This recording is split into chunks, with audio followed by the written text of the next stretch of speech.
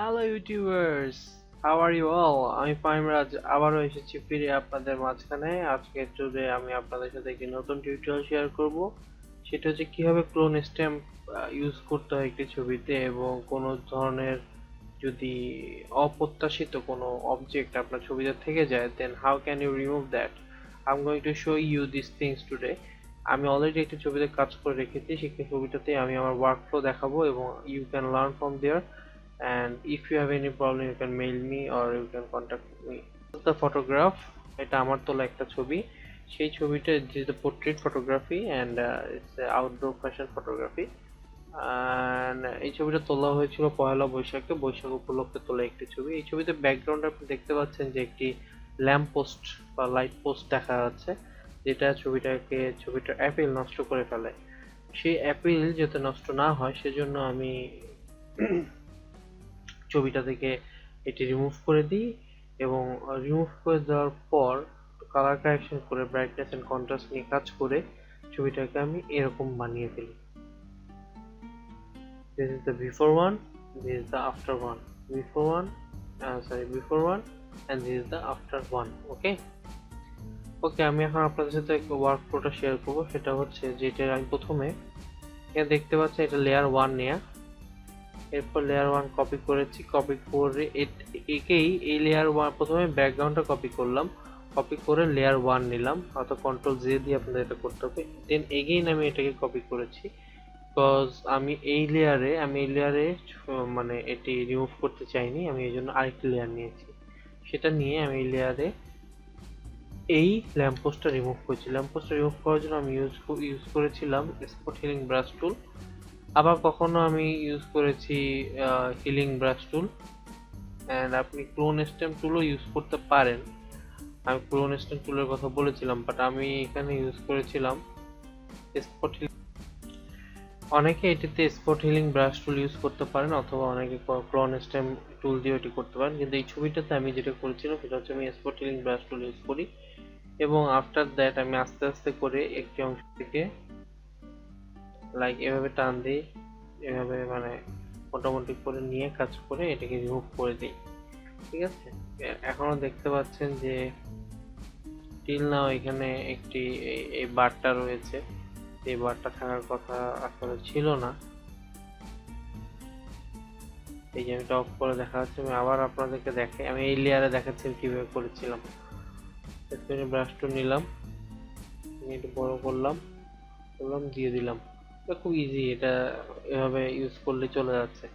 কিন্তু আপনাকে যেটা করতে হবে, এটিকে আস্তে আস্তে ভেরি ইজিলি, ভেরি কমফোর্টেবলি আপনাকে ব্রাশটা ইউজ করতে হবে, কারণ আপনি চাইলেই ছবিটাতে যে কোনো জায়গায় ইউজ করতে পারবেন না। আপনার এটা দূর থেকে কেউ দেখলে বুঝে ফেলবে এখানে আপনার এই টুল ইউজ করা হয়েছে। যাতে এটা কেউ না বুঝে, তাহলে আপনাকে এবং খুব মানে আপনার জুম ইন করে নিয়ে ধরে ধরে কাজটা করতে হবে। একদম যতটুকু পারেন সূক্ষ্ম করে কাজ করার চেষ্টা করবেন। বেশি দূর থেকে করতে গেলে জিনিসটা ধরা পড়ে যাবে।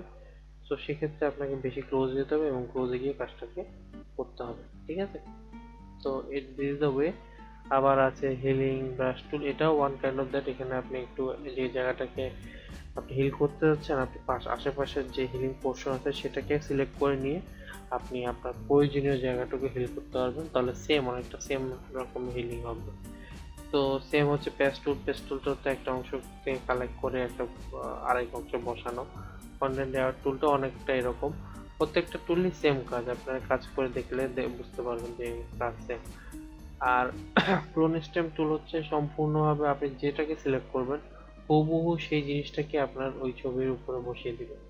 আপনি ধরেন এই ফুলটাকে সিলেক্ট করছেন, লাইক দেন আমি ফুলটাকে সিলেক্ট করলাম, আমি এটাকে অন্য জায়গায় বসাতে পারবো।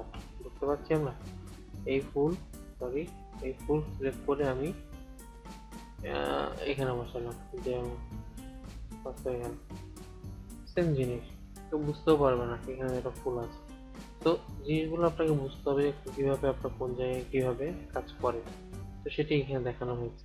তো ধরুন আমার কাজ করার পরে এটা চলে গেছে, এবং কিন্তু এখনো কিন্তু এখানে এটা রয়েছে, কিন্তু ফাইনাল যে ছবিটা সেই ছবিতে কিন্তু আমি এটা রাখিনি, সেটি আমি দেখলাম। ওকে ঠিক আছে, আমি তাহলে যেতে থাকি। এই লেয়ারে আমি কি করেছি, এই লেয়ারে আমি যেটা করেছি আপনারা দেখেন যে লেয়ার 1 কপি এখানে তো আমরা রিমুভ করলাম। তারপর লেয়ার 3 এখানে যেটা করেছি সেটা হচ্ছে এখান থেকে একটি পোর্শন আমি রেক্টেঙ্গুলার মার্জিন টুল দিয়ে সিলেক্ট করি, সিলেক্ট করে কন্ট্রোল জে দিয়ে ওই অংশটুকু শুধুমাত্র আলাদা করে নিই। এভাবে প্রত্যেকটা অংশ আমি আলাদা করি। এতে সুবিধা হচ্ছে কি, আলাদা করার পর আপনারা এখানে যদি খেয়াল করেন তাহলে দেখবেন যে এই জায়গাটুকু ব্লার হচ্ছে, এবং সেম এটা যখন দিচ্ছি এখানে দেখুন এই জায়গার পোর্শনটুকু ব্লার হয়ে যাবে। হ্যাঁ,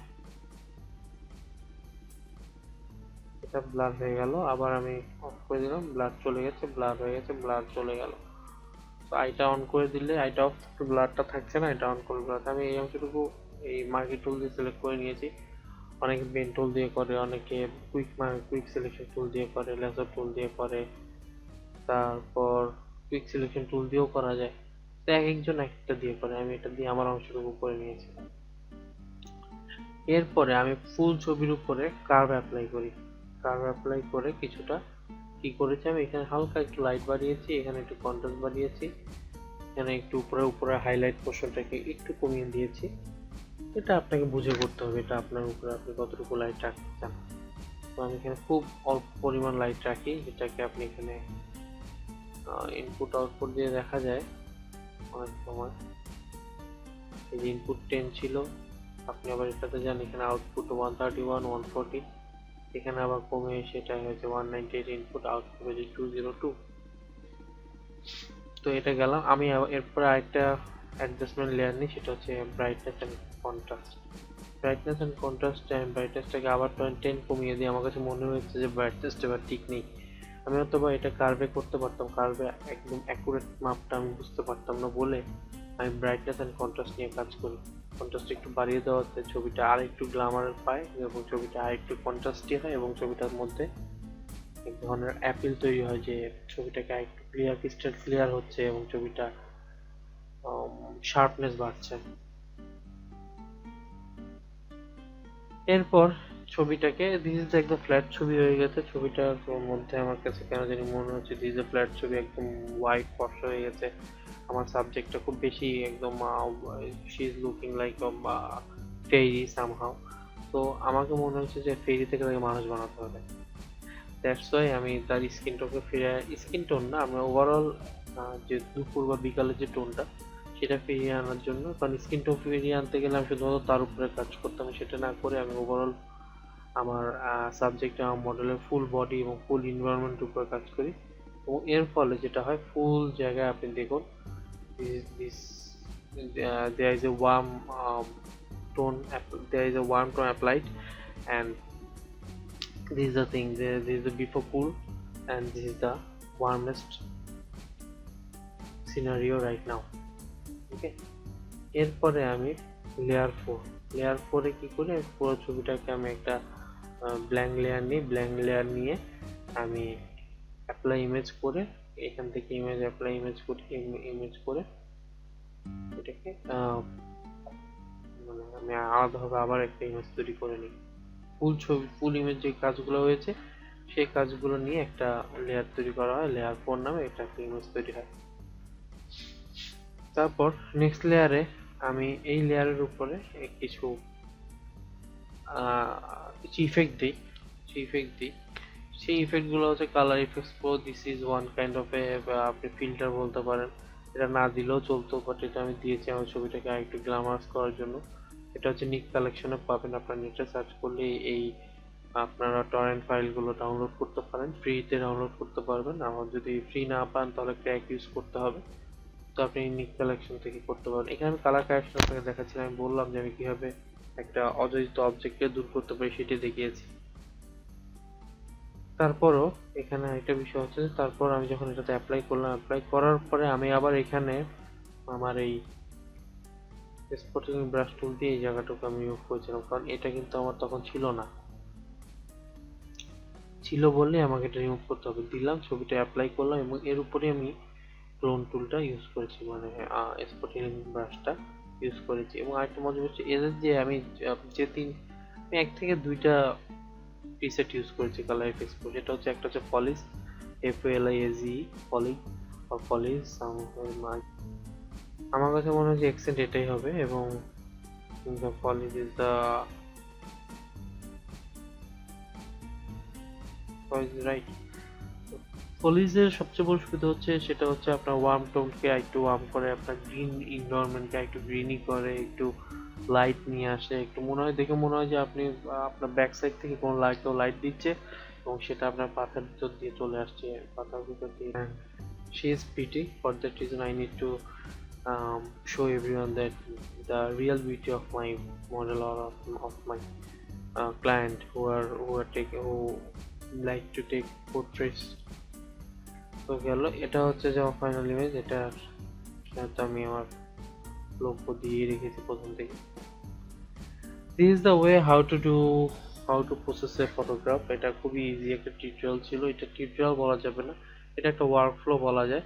আপনাদের যদি এই ধরনের ওয়ার্কফ্লো বা এই ধরনের ফটোশপ শিখতে হয়, then you have to contact with me, I can help you and that, যে আমার কিভাবে এগুলো কাজ করা যায়। আমরা অনলাইনে আমি স্কাইপের মাধ্যমে অথবা ভাইবার, হোয়াটসঅ্যাপ, এভরিথিং এর মাধ্যমে আমি আপনাদের সাথে এগুলো শেয়ার করতে পারবো। অ্যান্ড আমার বেশ কিছু টিউটোরিয়ালস আছে যেগুলো আমি till now I'm not publishing them and I am not going to publish them in YouTube because you have to, I like to share those things with you materials. কিছু material সবসময় hidden থাকে। তো this is the way, যে আমি just আপনাকে দেখালাম যা কীভাবে করতে হয়।